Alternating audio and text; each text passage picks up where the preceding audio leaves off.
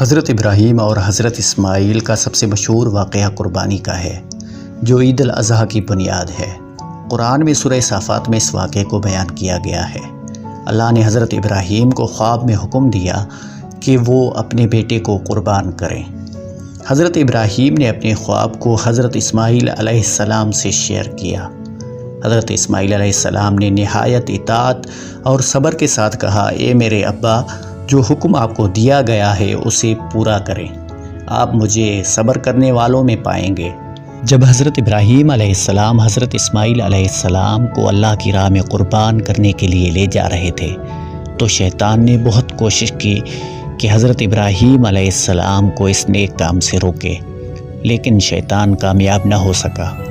یہ منظر منا کے مقام پر پیش آیا جب حضرت ابراہیم نے اپنے بیٹے کو قربان کرنے کی تیاری کی۔ اللہ نے ان کی اطاعت اور ایمان کی آزمائش مکمل ہونے پر ایک دمبا بھیج دیا جسے قربان کیا گیا۔ قربانی کا یہ واقعہ نہ صرف حضرت ابراہیم اور حضرت اسماعیل کی اللہ پر کامل یقین کی علامت ہے، بلکہ عید الاضحیٰ کی بنیاد بھی ہے۔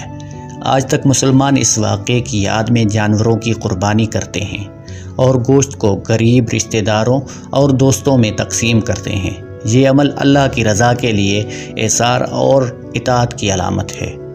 حضرت ابراہیم اور حضرت اسماعیل کا واقعہ ہمیں ایمان، صبر اور قربانی کی اہمیت سکھاتا ہے۔